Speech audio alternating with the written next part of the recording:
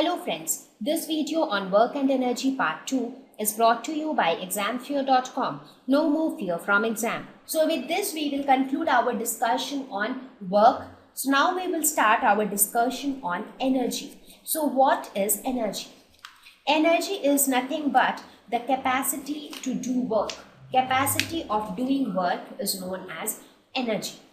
So as I told you before also, what we think is when we have lot of energy, we can do lot of work.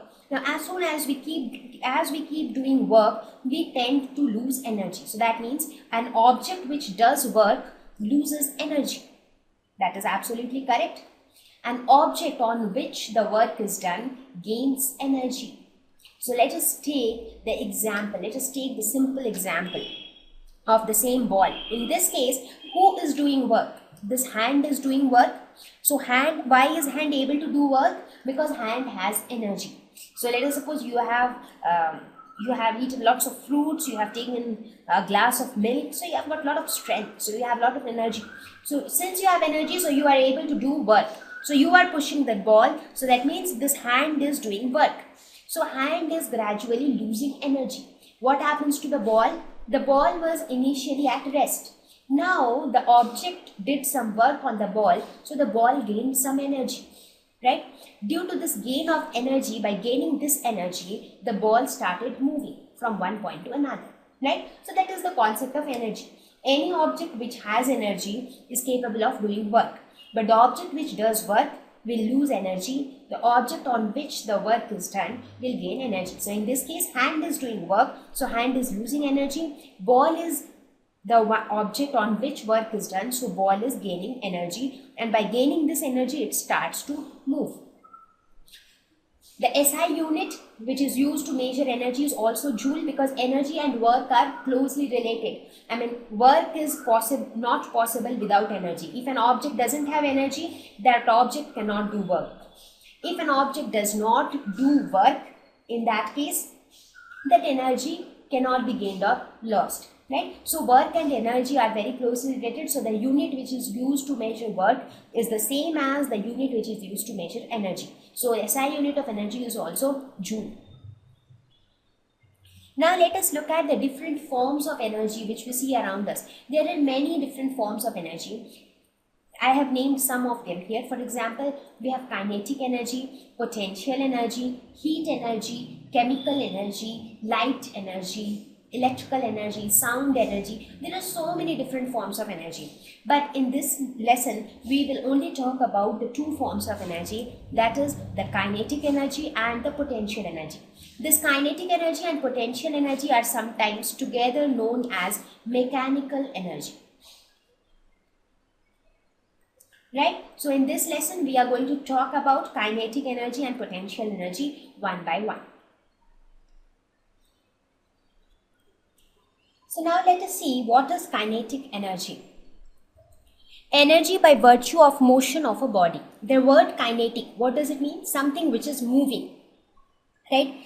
So the energy which is possessed by a body by virtue of its motion. So whenever an object is in motion, we say that the object has kinetic energy. So for example, let us look at the most common example. Let's suppose when we walk, we are actually moving, our position is changing with time. So whenever anything is in motion, we say that we have kinetic energy. So this is a scalar quantity, because for this we really don't need a direction to specify it. So only the magnitude is enough. The SI unit for kinetic energy is again joule, because it is again a form of energy, right? And for energy we use the SI unit as joule. How do we mathematically express kinetic energy? That means, how do I calculate kinetic energy of an object? Let us suppose if I have an object of some mass m, and that object is moving with some velocity v. So how do I know how much is its kinetic energy? So kinetic energy is denoted by E with a subscript k. So this k subscript stands for kinetic. right? So EK, that is kinetic energy, is equal to half mv square, where m is the mass of the body which is moving with a velocity v. So whenever you have an object of mass m which is moving with velocity v, that body has kinetic energy, and the kinetic energy in that body is given by half mv square.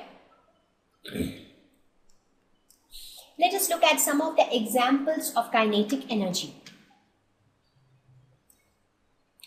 Let us look at this moving car.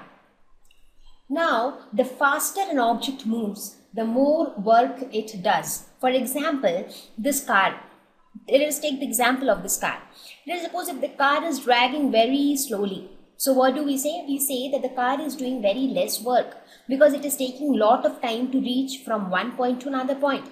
But if the car is moving really fast, then we say that it is doing a lot of work. It is reaching the destination from the source in a very short period of time, right? Again, when we think of kinetic energy, you can think of the bullet which is fired from the gun. The bullet is moving very fast and therefore it has a lot of kinetic energy. Or you can think of the blades of your moving fan. The blades are also moving real fast, so they also have kinetic energy. Now, such objects which has got their own kinetic energies, these kinetic energies can also be utilized for several useful purposes. So we will look into that in one of the later slides. So for now, let us try to focus on the derivation of the expression for kinetic energy. Just now I told that the kinetic energy of any body of mass m which is moving with velocity v is given by half mv square. So how do we derive, how do we know that this is the expression for kinetic energy? So let us try to derive it. Let us suppose we have an object. Let us consider that object as a ball right now. So we have this ball which has mass m, which was initially moving with velocity u. Now it starts moving with velocity v when a force F was applied. That means initially that ball was moving with some velocity u. Now I apply some force, so its velocity increases and the velocity now becomes v. So that is my scenario. So let me try to calculate the work done in this scenario. So this is my scenario. Initially it was moving with some velocity u. On application of force it started moving with velocity v. So how much is the work done on this ball? So work done is given by force multiplied by displacement. Now this work done actually causes a change in velocity from u to v. So this work done actually causes a change in velocity from u to v. Now since the velocity is changing with time, that means there is an acceleration involved. So let us assume that the acceleration involved due to this change in velocity is a. Right? Now let us make use of the third equation of motion. So what was the third equation of motion? It was v square is equal to u square plus 2as. So from this we can say S is equal to v square minus u square divided by 2a.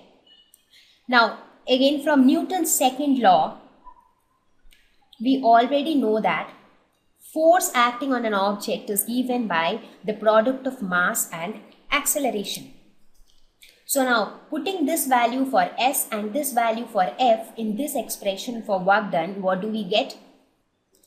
We get work done is equal to mass into acceleration multiplied by v square minus u square divided by 2a. So this a and a will get cancelled. So we get half m v square minus u square. Now if we assume that the object or the ball was initially at rest. So if we assume that initially the ball was at rest, in that case the initial velocity will be equal to 0. So my work done will be equal to half mv square. Right? So that means this much amount of work which was done on a stationary object made the object move. That means when the object was at rest, its kinetic energy was also 0. Now when the object started moving, it has some kinetic energy. So what is that kinetic energy? That is nothing but the work done. Understand it in this way. Let us suppose this was my ball which was at rest. Rest means kinetic energy is 0. Now let us suppose I am doing some work W on the ball.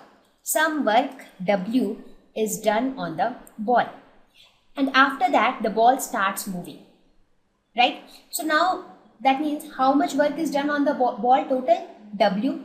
Because of this work done, the ball is gaining energy. So how much energy will it gain? W, right? So when it starts moving, how much energy it has? Kinetic energy, right? So its kinetic energy is nothing but because of the work which was done on the object. I explained you before also, right? Energy contained in a body is used to do work. And when work is done on an object, that energy is utilized by the object for its motion. Right, so in this case, we can say that the work done causes the change in kinetic energy of the object. Work done on the object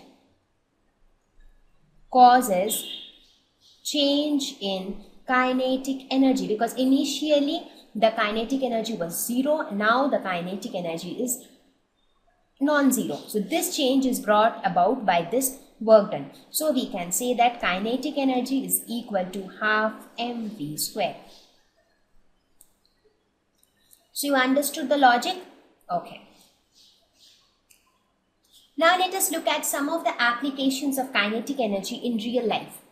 The first example would be the hydroelectricity generation in dams. You would have seen there are certain places in India also where we have constructed dams. Water dams. Dams are large reservoirs of water which are used to store huge amount of water. Now this water which are stored, the water is generally stored at some height from the ground level. So like this is the picture of a dam. So you have your water stored in these places. So when the water falls down from a height, the water, since it is flowing with a high speed, so it has got a lot of kinetic energy. So the kinetic energy of the water is actually used to rotate the turbine of the generator. I mean, what is the purpose of these dams? They utilize the kinetic energy of water to produce electricity. So how do they produce electricity? They have a generator. There is an electric generator which is used to produce electricity. So in that electric generator, you have a turbine. Turbine looks somewhat like this. So when the water falls with high speed on this turbine, it rotates the turbine like this. The water keeps falling and the turbine keeps rotating. So because of the kinetic energy of the water, the rotation of the turbine is possible, and because of the rotation of the turbine, electricity is generated. Right? So what happens in hydroelectric dam? Kinetic energy of water, what does it do? It rotates the turbine